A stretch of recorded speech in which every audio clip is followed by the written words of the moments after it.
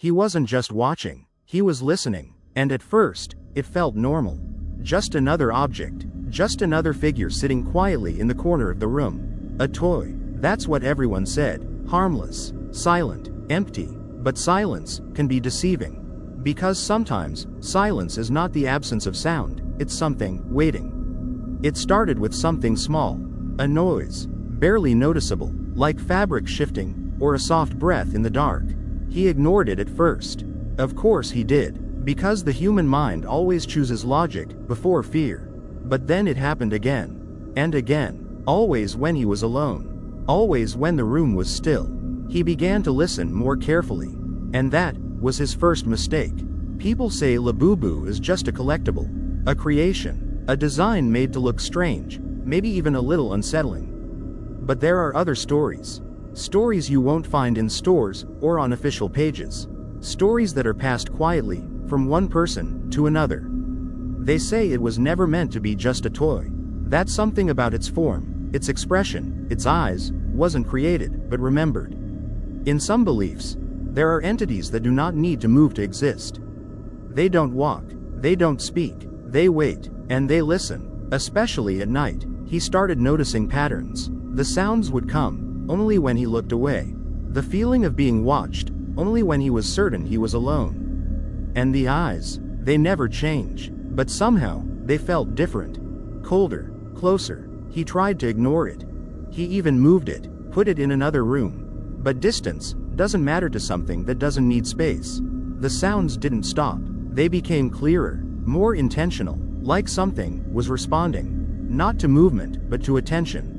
Because the more he listened, the more it spoke. Not in words, but in presence. And then, one night, everything changed.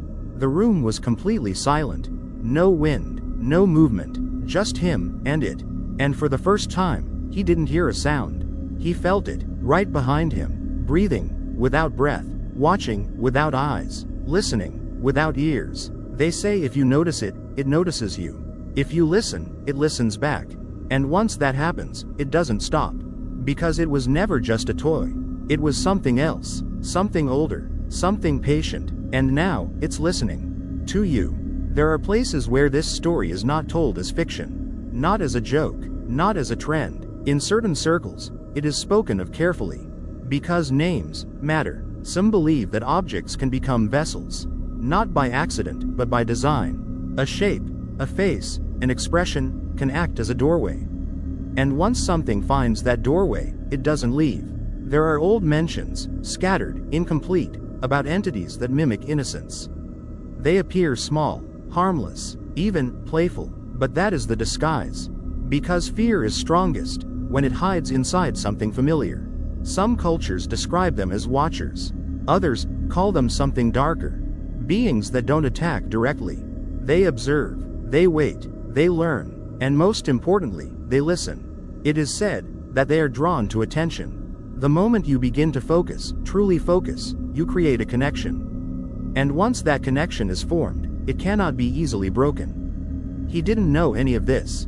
Not at the beginning. He thought it was just curiosity. Just imagination. Until the nights became longer. And the silence became heavier. There were moments when he felt something was trying to understand him. Not harm him, not yet. But study him, his habits, his reactions, his fear. Because fear is a language. And something was learning how to speak it. The object never moved, not once. But everything around it felt wrong. Slight shifts in sound, tiny delays in silence, as if reality itself was adjusting, just enough to let something through. And the worst part was, he started getting used to it. That's how it happens, not with a scream, but with acceptance. Because once you accept it, you stop resisting. And when you stop resisting, it gets closer.